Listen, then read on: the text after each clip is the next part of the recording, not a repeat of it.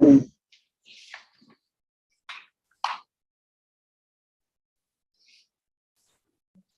morning, everyone. Scott, are we good to go? You're good to go. I'd like you to do a roll call.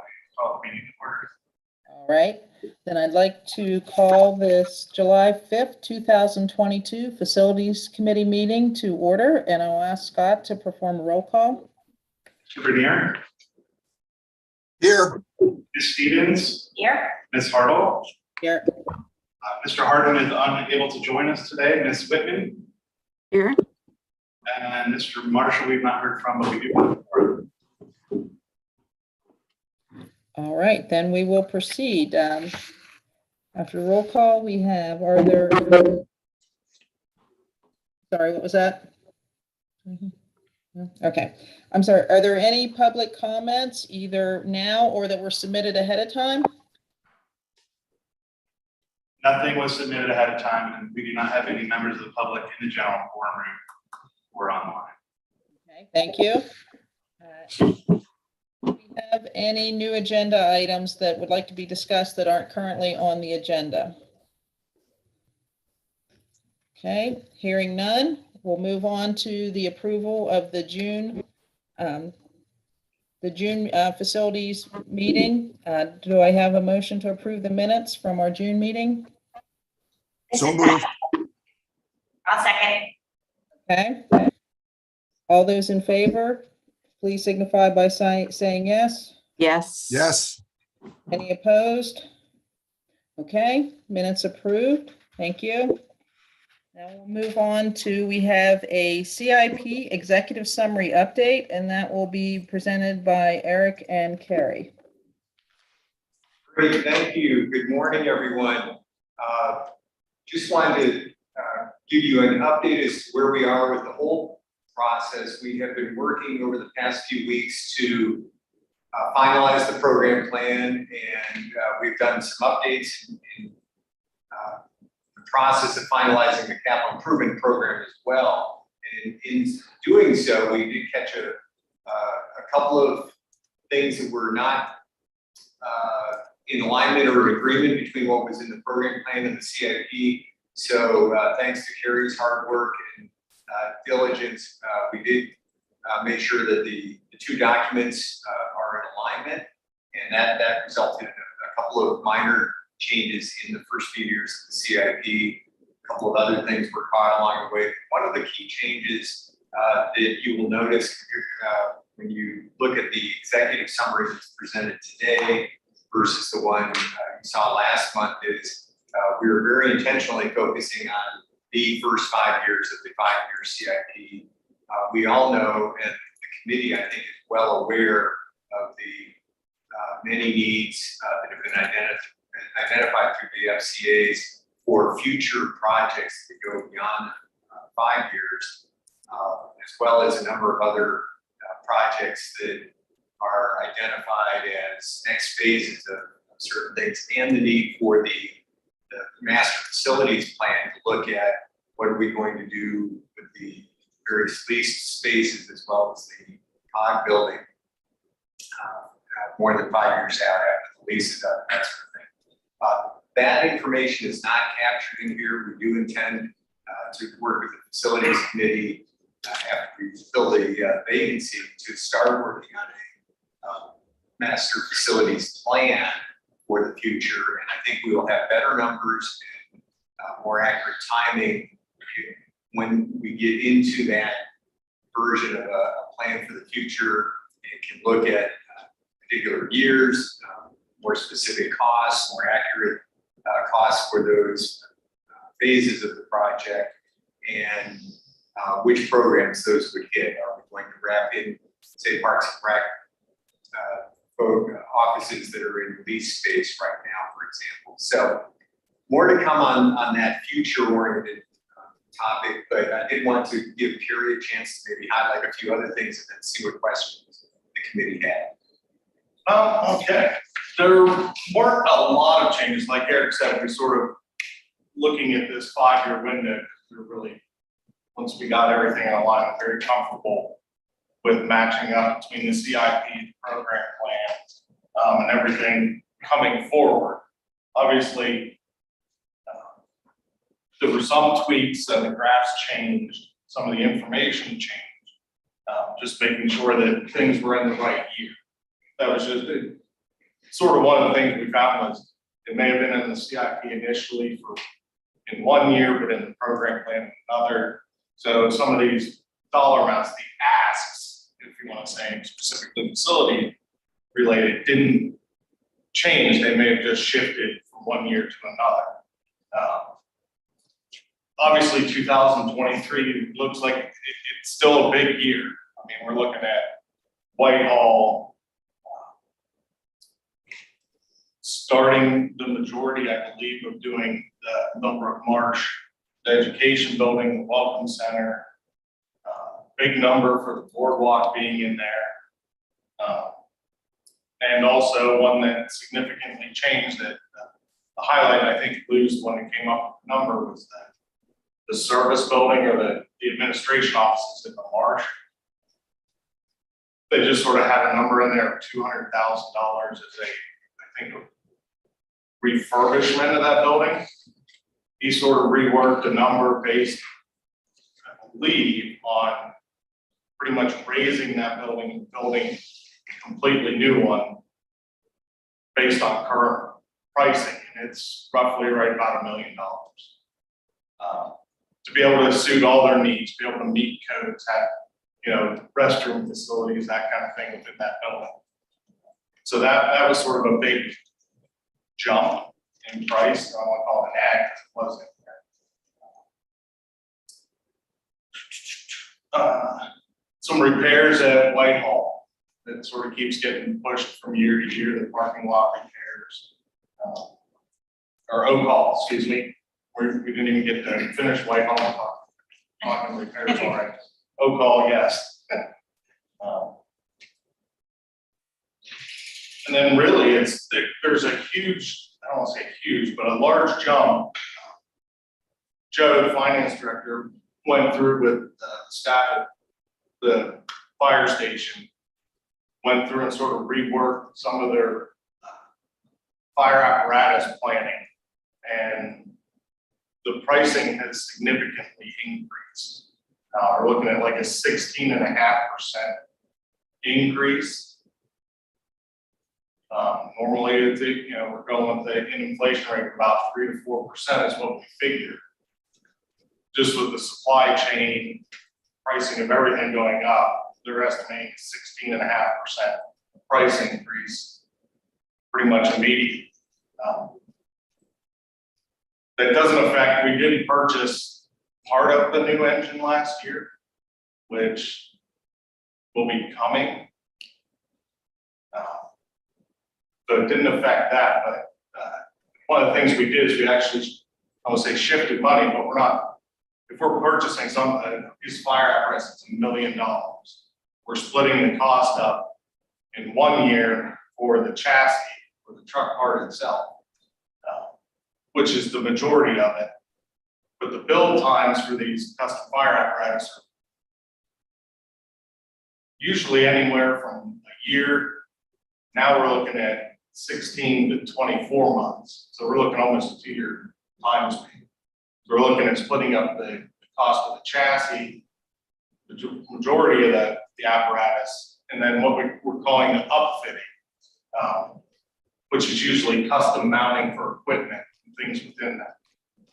So that sort of is then splitting up the cost, but the ask for fire capital is obviously.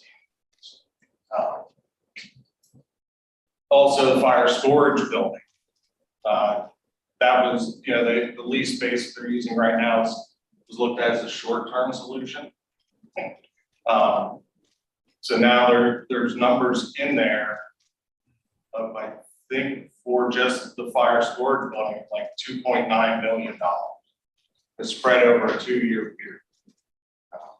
So those are some big numbers. I think those were in the first iteration of this plan. It's just made in some shifting of some money.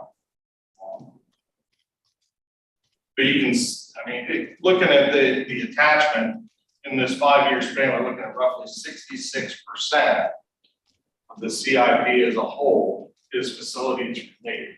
So we're looking at putting a lot of, obvious suggestions that came out of this committee into one, fixing, taking care of what we already have, but also adding new needed facilities.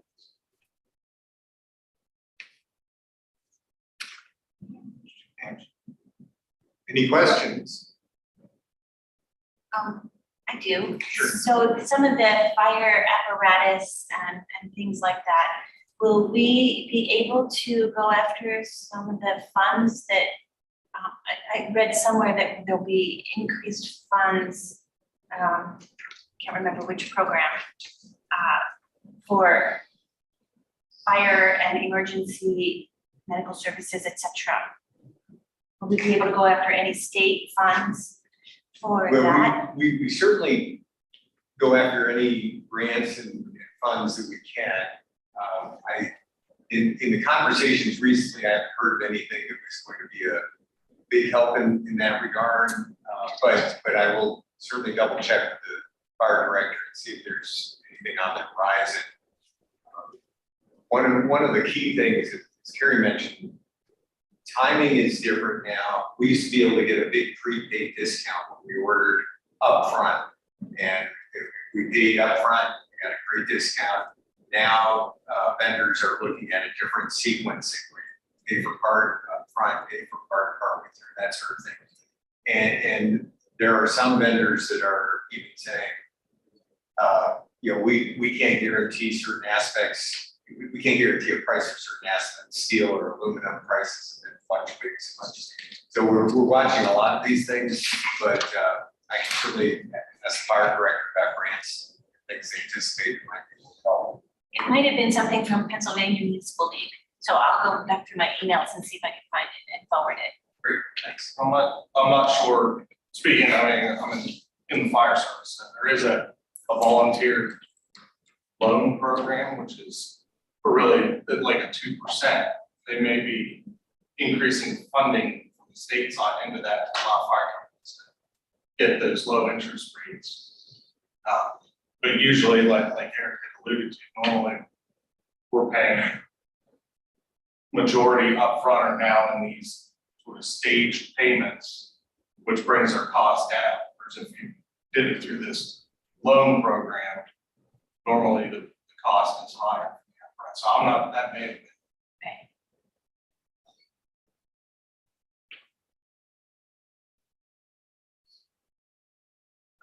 I see Eric's hand up.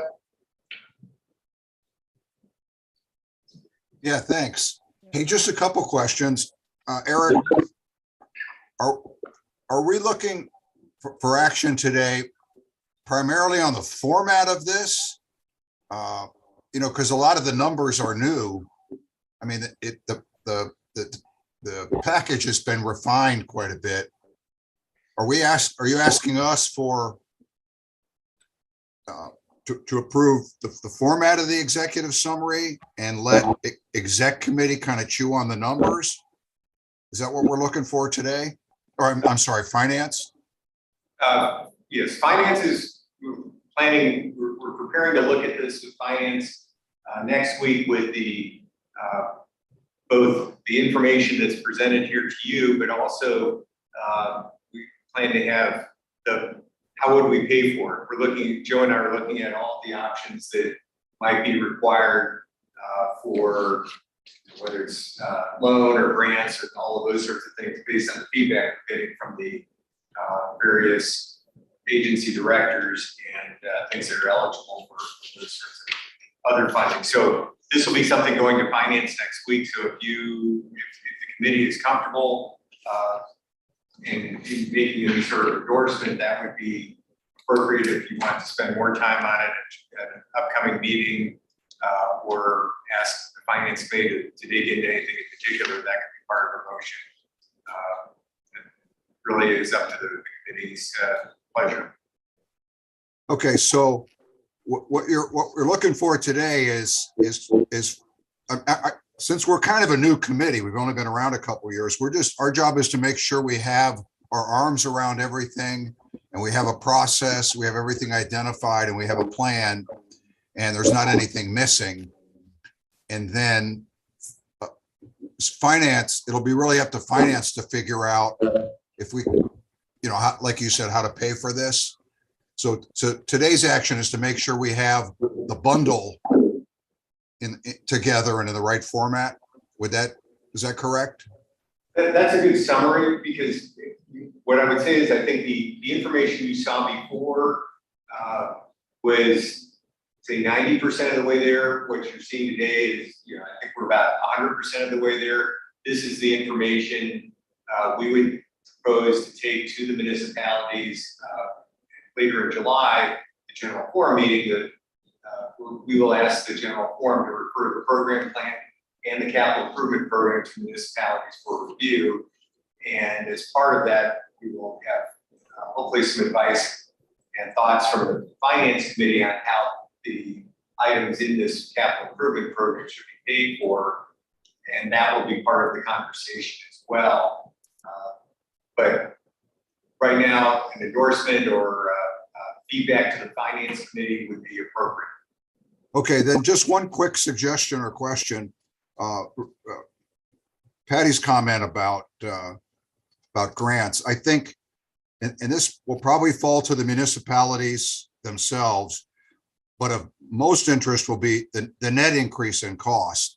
The big number next year, most of us have already factored into our budgets going forward. And I don't know that there's an easy way for COG to show that, because each municipality deals with it, I think, a little bit differently.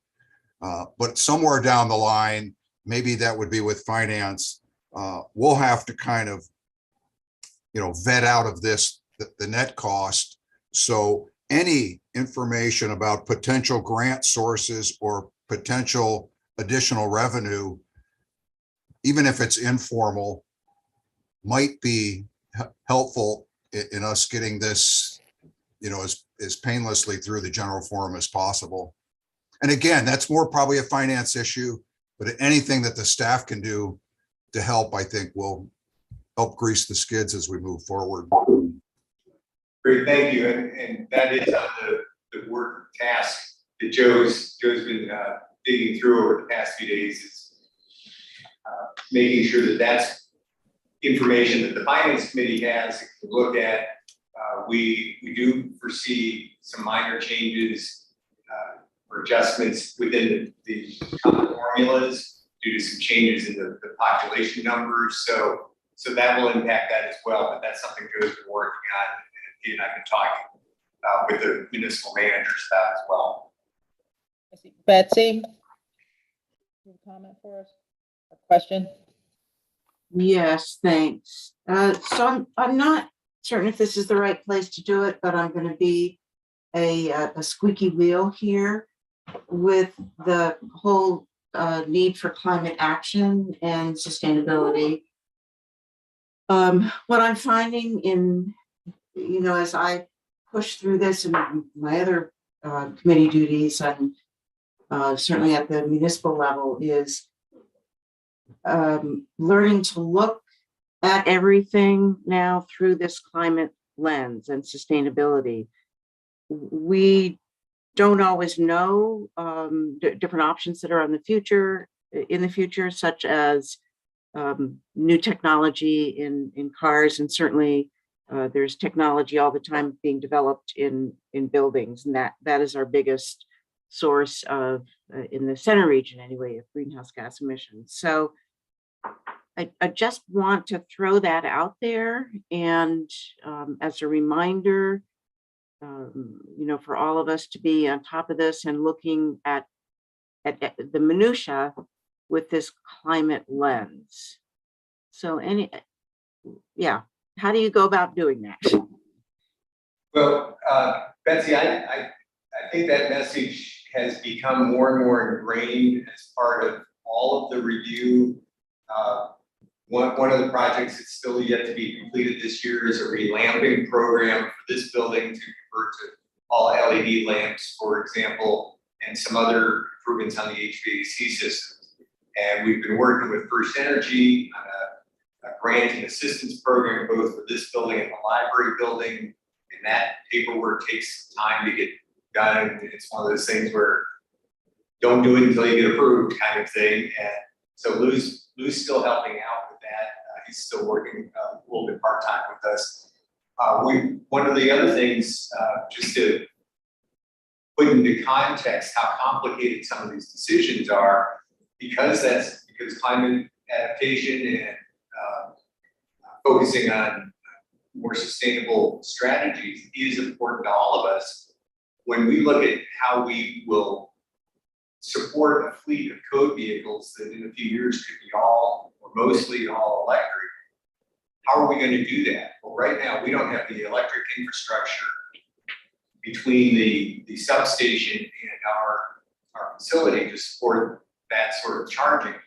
But given the question mark in 2028 about the ownership of the building and does COG want to reinvest that much into this site for that purpose, we need to get some answers. And that's why one of the things that's been working through from this committee to the general forum is trying to make a decision, and we'll be at the general forum later this month with information about an amendment to the, I'm gonna butcher this, but there's an agreement, the intermunicipal agreement for the COG building, for lack of I think I broke that up a little bit, Brian, but basically the agreement regarding the lease, not proposing to change the lease, but the facility committee in its review over the past couple of years has proposed to update that intermunicipal agreement to make clear that at the end of the lease, when all of the payments have been made, then the building becomes a COG building, and then it can be used as a COG asset in planning for the future. And if the decision for the long-term plan for this building is to stay here and occupy it with code, then we can put into the plan in the next year. So greater investment in infrastructure and repairs and things that would support EV charging for one example. So that's kind of the chicken and egg sorts of things that we're dealing with. But I can assure you that everybody is thinking about this in their own way, in their own particular projects, and it's not being forgotten.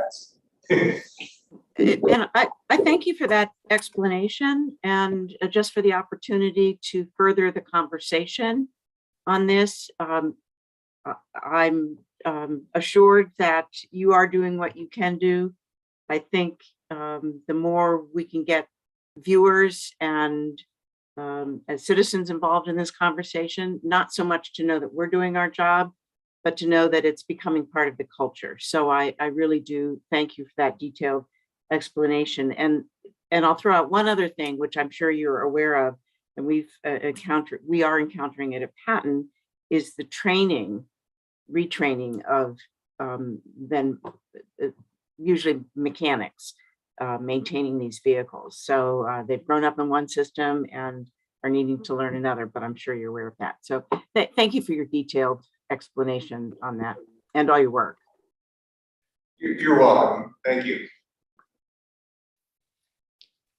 All right, do we have any further comments or questions? And then my understanding is now, based on all the work from the FCAs and everything that we've done in the last few years and Lou's work, that's how we've compiled, all these numbers and looking back at past CIPs and making updates and looking forward more.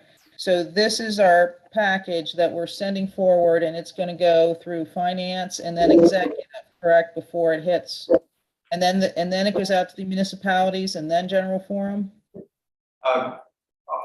From finance to exec to general forum, and then it will be referred for municipal review along with the program plan. Okay, so then it comes back to general forum for approval. Is that right? In August. Final approval. Okay. All right. So, do we have a motion to move this forward to finance and executive committees? So moved. Second. I have a second. All right. Thank you. All those in favor of moving the 2023 CIP executive summary to Finance Committee and Executive Committee, please signify by saying yes. Yes. Yes, Yes. Any opposed? All right. Thank you. Motion approved. Okay, now we're on to agenda item number 6. And by the way, thank you everyone on staff and Carrie and everyone for all the work on that document. I mean, it looks great, especially with all the graphs and everything. That's very helpful. Okay, number 6, update of recruitment process for the facility project manager by Eric. Thank you. We have had 3 applicants for the position. And if you have been following all of the news about the employment market, you know, one of the things that the COG is seeing in almost every position you recruit for right now is we are seeing far fewer applicants than we normally would have been seeing even a year ago, and certainly fewer than pre-pandemic. So it's frustrating, and we have to change our strategies. We are doing a lot of things differently in terms of advertising and outreach, using more social media. We're using the Penn State Alumni Association job board in hopes that people might read about a job at the COG, and they say, I'd like to move back to Happy Valley for this job. So we're really trying a lot of different things, but even though we have 3 applicants, those are 3 applicants that on paper seem to be qualified for the position, as opposed to, you know, lots of people just throwing their hat in the ring and saying, maybe we'll see what I get. So I'm encouraged by that. We have been working through and talking with conferring with each of the candidates. We've asked each to complete what we call written interview questions, about 6 or 7 questions that have an opportunity for the candidate to talk to us more on paper about how they meet the needs of the position, what their experiences are with different things like FCAs and master plans and so on and so forth. So we are requesting that information from each of the candidates that were qualified. Unfortunately, all 3 do. But we are also having to deal with this in a kind of as the candidates apply, we're working through the process step by step, rather than the old way of doing things would be to kind of wait for a big pool of candidates and then screen them and then interview. We're, you know, in a lot of our positions, we're having to take things as each candidate applies and evaluate them before they may move on to something else. So hopefully we'll have more news and better news by next month's meeting. So I just have a question. This is, so it says project manager, but is this for Lou's job? Correct. Okay, When the HR committee reviewed the tweaks to the job description, there was discussion about an approval of the changes to the job description, but there was also a feeling that maybe the title might need to change. So one of the things we did at the start of the process was talk to GovHR, who was doing the classification compensation study. GovHR's project manager on that project gave us feedback, reviewed the job description, and suggested the title change. thank you. Eric, you have a question? Yeah, I actually had the same question as Patty, but Eric, did I understand you that the application period hasn't closed? You're just dealing with these applicants as they come in order to not lose them? Correct. I think the phrase we're using on the website is open until filled. And so I'm reviewing each application that comes in with resume, cover letter, and references. And we have actually interviewed 1 candidate, and we have another whose supplemental materials are due today, and another next Monday. So we're trying to work through them as they come along. We've got 2 that are about the same stage, so maybe we can schedule those interviews back to back later on, but at one point it looked like we only had one viable candidate, and then these other two came in. So I'm encouraged, and I think I'm glad there is interest, but it's a different process that we have to follow through to make sure we don't lose any of the candidates. Okay, thanks. Yes, it sounds like a good and practical adaptation to the process based on the current market. So, anything else to add on? Any other questions or comments regarding the open position? Nothing, thank you. Okay, thank you. Moving on to the bid documents for the Spring Creek Education Building Phase 2 and Welcome Pavilion. I didn't see Pam, or is that probably Lance I saw? So, yeah, I'm going, this is Are you Ed. doing that? Okay, I'll give you a brief update on Spring Creek Education Building. okay, thank you, Ed. We've completed all the bid documents and we've received approval from DCNR on both portions of it, the Spring Creek Education Building and the Welcome Pavilion. We have now submitted all the documents, and the bids will actually go out and be live tomorrow, July 6th. We'll receive bids on August the 2nd. I've got a whole list of dates, but I don't want to bore you with all of them. We'll get bids on August the 2nd. We'll meet with DCNR on August 18th to hopefully approve the bids. We'll have our on-site groundbreaking the first part of October, start construction hopefully by the second week of October, and that project complete by the end of June of next year.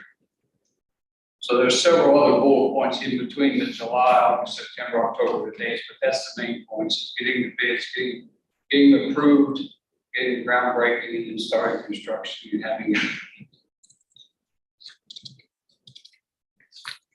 And that's all. And we're actively seeking contractors. It's like Eric was talking about. It's hard to find people to bid jobs now.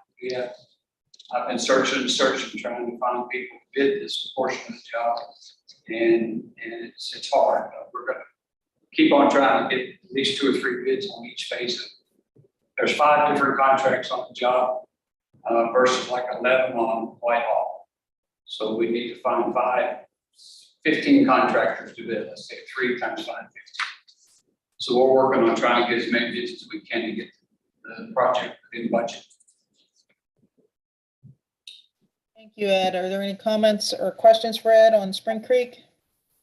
I have a question. It's a process question. So, and it has to do with just personal, and I know it's happening around, but so getting these bids, the contractors have already accepted jobs into next year. So what happens if some of this work keeps getting pushed back?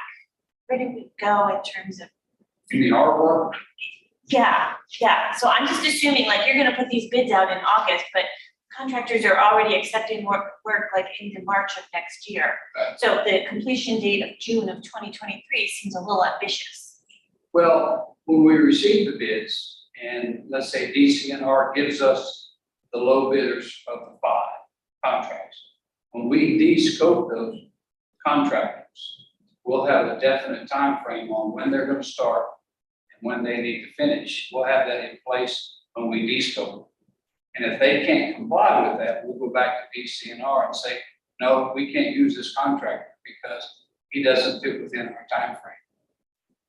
And that's the normal process that you go through, and that's why you de-scope the contractors, to make sure they have everything included, make sure they comply with your schedule, because we'll give them a preliminary schedule at the pre-bid meeting, which is July 20th, and we'll tell them at that point, because it's a mandatory pre-bid that they have to attend, that our schedule is start construction mid-October and have project completion by June of 2023. So they know going in bidding the job that they have to complete it within our time frame. And if they can't, then we can reject the bid and give it back to DCNR and say, no, they don't comply with our requirements. Who's the next bidder?